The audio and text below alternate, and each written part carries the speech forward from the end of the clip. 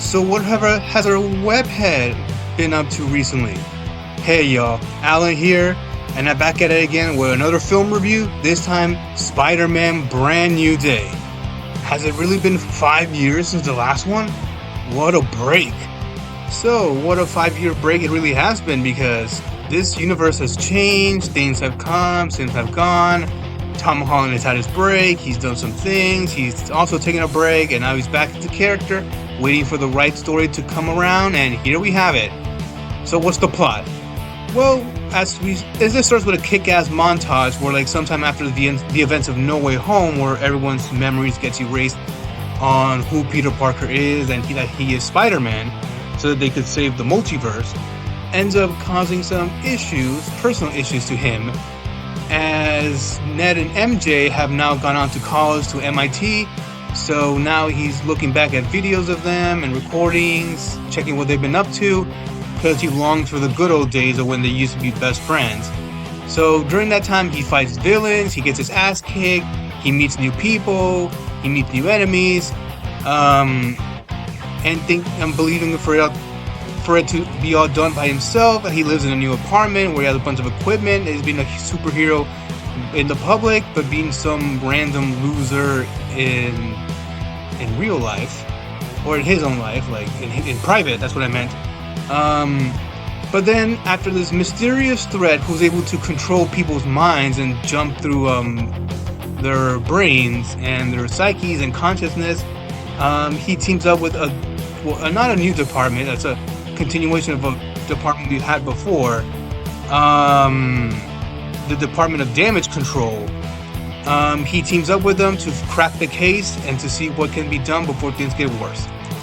So that's the gist of it. Of course, it being a Marvel movie, there's things going to be going on and have to be left a surprise because that's how they operate.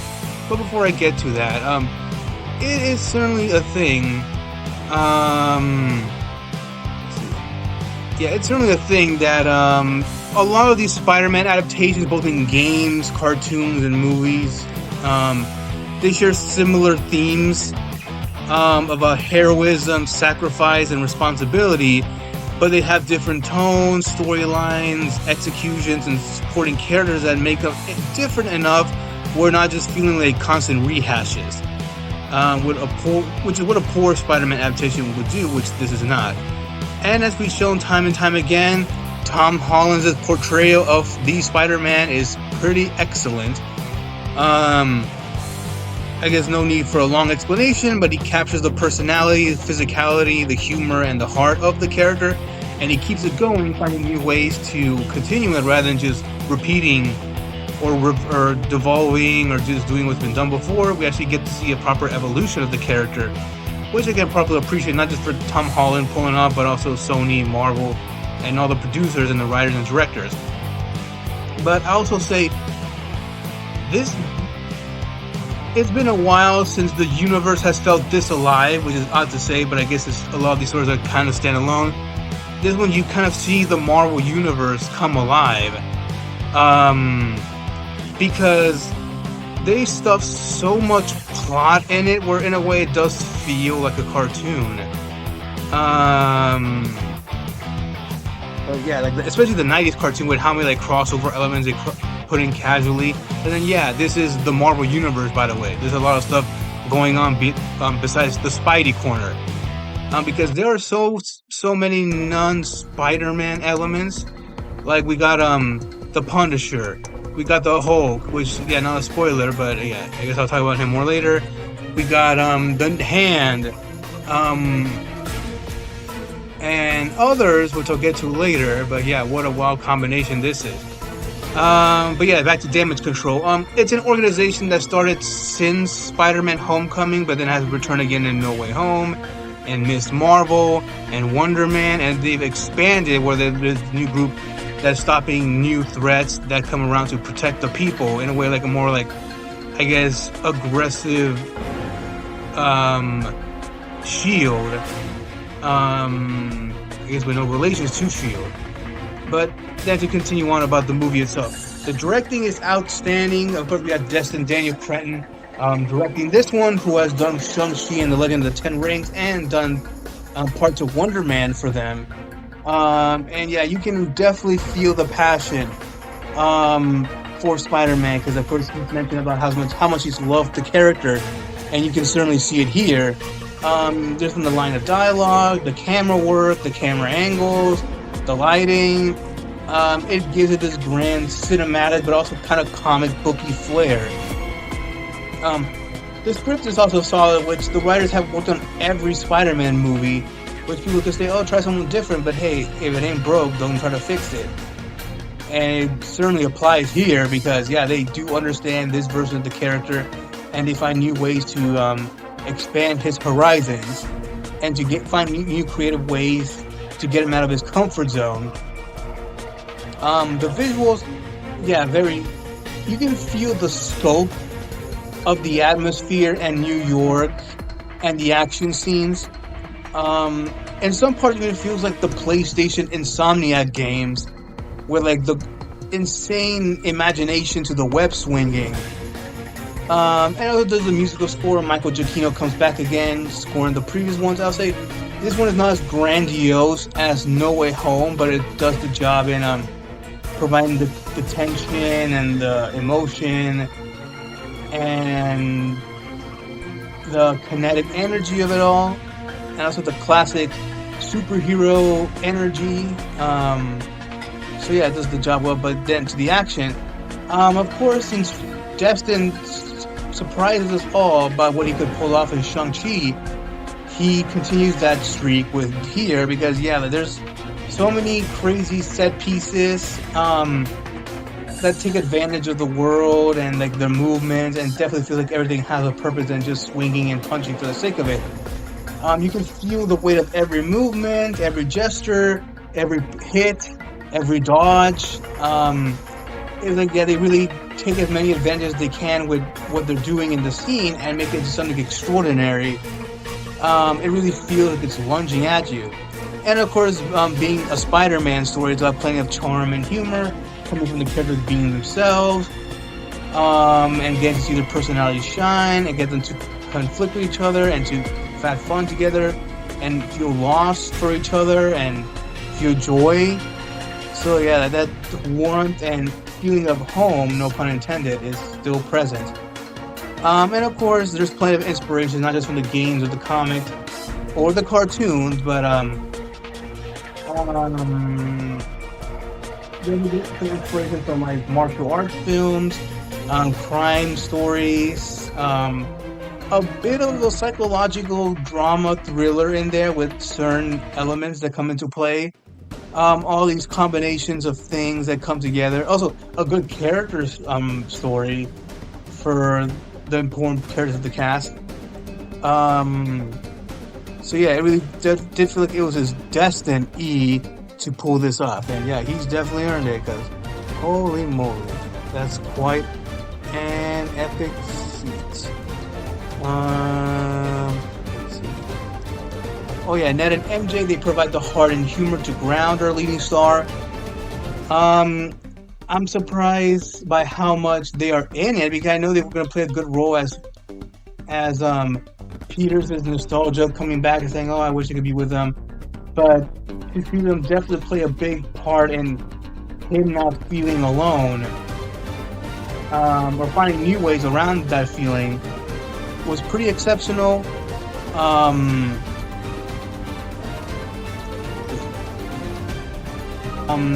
I guess Ned was in it the right amount. Of course, he had his scenes, but MJ was basically like the heart of the movie. So it's great to see those characters unchanged without changing too much. They use them the right amount, and of course Zendaya's a star, but they don't overuse her. And then the Punisher, I know some say that they could have liked to see Daredevil in his costume. I would like it too, but I say he ain't no slouch either because of course John Bernthal returned to playing him again, as he did in like the Netflix and Disney Plus shows and the special presentation. I guess you could say he's a more tamed down version because I guess he doesn't really swear. He gets close, but then they play up as a joke of him getting his mouth shut. Let's see. And he has a pretty dynamic banter with Peter about these two very different people with different ways of fighting crime. When one letting trauma define him, and then Peter trying to not let that happen, or at least finding his way out of it. So yeah, of course he has like the guns, he has like the grit. So I guess I can say is like he did good. He worked surprisingly well here, and it was kind of bizarre seeing such a grounded, gritty character like him interact with like these epic elements, like saving the world and humanity, which is a scale he's never gone to before in this franchise. And then we got Gene DeWolf, a character from the comics, who is like a police detective, and I guess this movie's version of Commissioner Gordon, where he teams up alongside Peter, not knowing he's Spider-Man. Well, not knowing Spider-Man is Peter. Getting each other tips and going on like missions and stopping crime, and helping with the detective work. So it's nice that he has someone to talk to, even though they're not technically friends.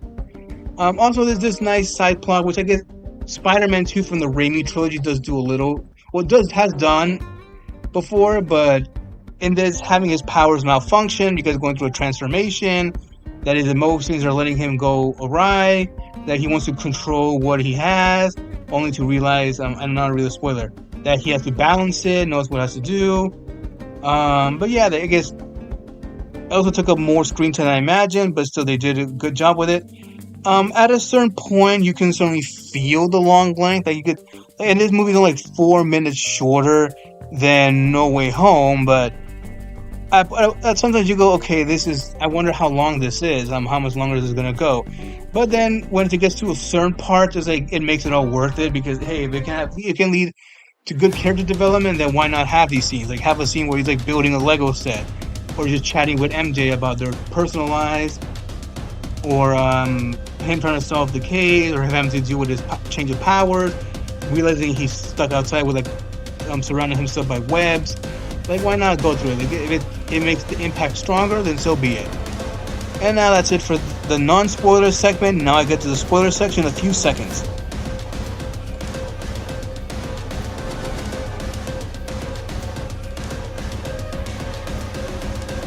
So here we go. Of course, the Hulk is not a spoiler because he's already been revealed, and ever since Mark Ruffalo was confirmed to come back, it means we're gonna get the Hulk. But it makes me wonder, at least before we got any footage, was it just be Bruce Banner? Was it be Professor Hulk? Will it be Monstrous Hulk? And it's all three, because we do get a bit of Banner with that inhibitor that was introduced in She-Hulk, which prevents him from transforming. We do see a little bit of the mix. I mean, the hybrid. But then for the first time since Infinity War, we get actual monstrous Rage Hulk, all thanks to a certain enemy. He goes wild, he destroys a building, he's about to kill Spider-Man. He's smashing and dashing and doing all that prancing. So I guess Tom Holland now shares bragging rights with Anthony Mackie on having to survive a battle with a Hulk and survive. And it was pretty wild to fight him with just guns. Yeah, I guess he's a kind of an aggressive dummy. Not to say he's flanderized, but him thinking he can take him down without potentially dying. Like, he's just a guy with no powers.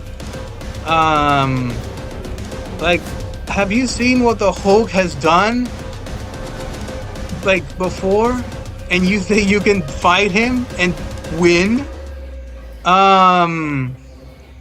Anyways. So yeah, that was a funny thing to see. And also, it's also kind of a spoiler for those that did not keep up with it, but we also have an appearance from another non-Spider-Man character in the MCU, which makes one go, what kind of a movie is this?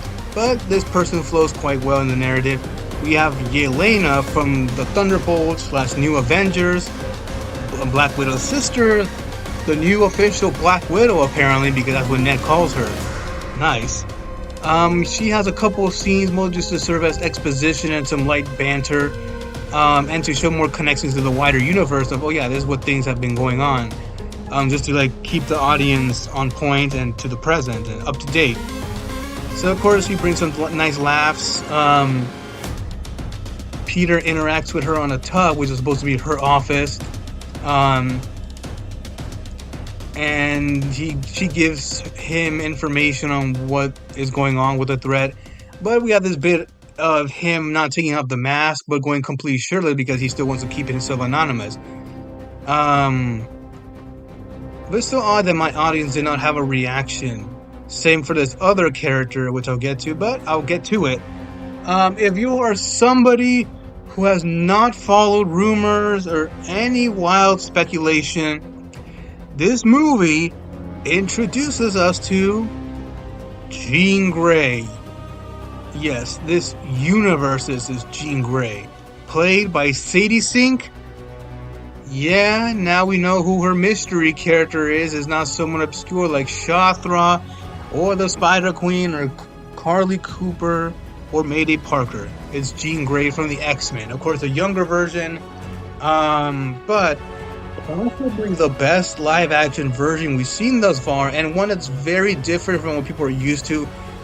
Hoping to see a heroic, nice version of her. Instead, this was more aggressive and tortured, and kind of a little villainous, to be honest, because of all the pain she had to do with her sister, of losing her, and then being hunted just for being different and being by herself, which leads to all this chaos and how powerful she really is, what she can accomplish when under a lot of pressure.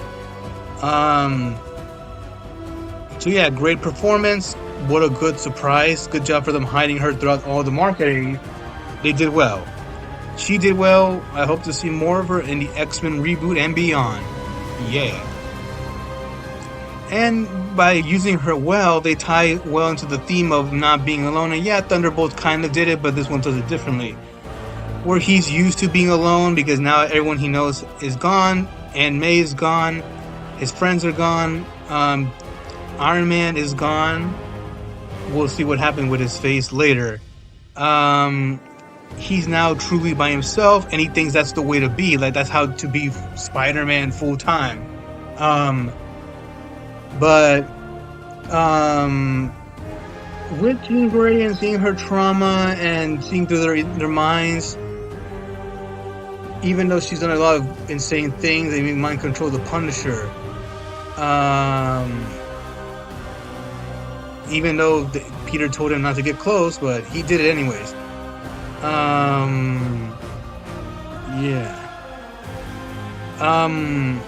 Yeah, very sweet. My heart was starting to melt at the end of it. Anytime she thinks she has nobody else, then she can be alongside him as friends. They got each other. They belong together. Anyone who needs a helping hand, just come across and help each other out. It's a really, really nice way of executing this message. And of course, it gives it lots of heart, as these stories tend to be. That's the beauty of it. Like, even with all the crazy comic bookiness and fantastical elements, you still have this grounded core character, which allows you to want to see more of them. It is astounding that for Spider-Man, for them to have 4 great movies. I know I'm not as in love as Far From Home as with others, but they take risks. They try something different. They go bold, and that's what allows it to have its part in pop culture history. Speaking of cameos, we also get like this surprising but well-deserved appearance from Aunt May. I'm not sure why. I just imagine we would never see her again. But yeah, in this, I guess, flashback sequence in his mind, where she is comforting Peter and letting him know that things will be alright. And then he interacts with the manifestation of Jean Grey in his mind, which makes things go full circle and poetic into showing the message of the movie, which is like, get good people by your side instead of becoming an enemy of everyone and making an enemy out of everyone. because that'll just lead to pain, which I'm sure Professor X will teach her later down the line. So I hope this does mean they do. Peter and Jean have more interactions together in the future, because that's kind of like, that's a solid friendship ready to go, man. Let's see. And yeah, I guess this movie doesn't have a traditional villain, as we've seen before. This time, oh yeah, the villain is Bill Metzger. Yeah, I guess he's from the X-Men comics, and he's the head of damage control. I guess turns out he's been like hiding all these like schemes behind everyone's back, on trying to control people with special powers and like get rid of them or keep them hostage or take away their power and use them for their own good or for their own use. And also, Jean Grey is kind of a mysterious villain for the most of it, and people say, "Hey, where's the villains? We got Scorpion for a little bit and Tombstone, but no Mr. Negative." But it's like, at this point, it's like, I'm fine with it being different if it's done good. Not everything needs a traditional villain just for the sake of it. They need to like switch the formula up a bit to make it interesting. But yeah, some excellent payoffs again with the memory and MJ kind of finds out the truth of Peter Parker being Spider-Man, but to her it's not a deal at all, because technically she's never met Peter. So the big reveal kind of means nothing to her, but they still become friends. And we'll see what happens with Ned at the end there. It seems like he might remember him, or maybe not. We'll see into the next movie. Yeah, that's how you pay off a grand arc, baby, even though there's more to come. And the MCU is now 3 for 3 for movies, with Thunderbolts, Fantastic Four, and Spider-Man. And of course, this having a great script and all. Not like to say previous movies hadn't had great scripts, but it's been a while of this kind of magnitude and detail and intention. And I'll say this is neck and neck with No Way Home as my favorite Tom Holland Spider-Man movie, because yeah, they both knock it out of the park in their storytelling and just like the emotion and the rewarding factor. Like they really make an effort to make it all worth it, and it doesn't feel like it's just half-assing it. They're actually trying to help this character grow and not just be in one place. The comics. So yeah, that's how you prevent a superhero franchise from becoming stale. So that's all I can say. I love this movie. Not bad for a 4th Spider-Man movie, which the Spider-Man has never gone 4 movies before. Of course, Spider-Verse is a separate thing, but this was Spidey-tastic. I hope to see what comes next. I give this one a 9.2 out of 10. Oh, and also, what did you guys think of the post-credits? I guess for some it might be useless, some it might be cool. I do wish there was a more interesting way to show him being transported to another dimension or going to space again. But yeah, let's see what happens in these Avengers movies. See you all on the next one. Spider-Man does whatever a spider can.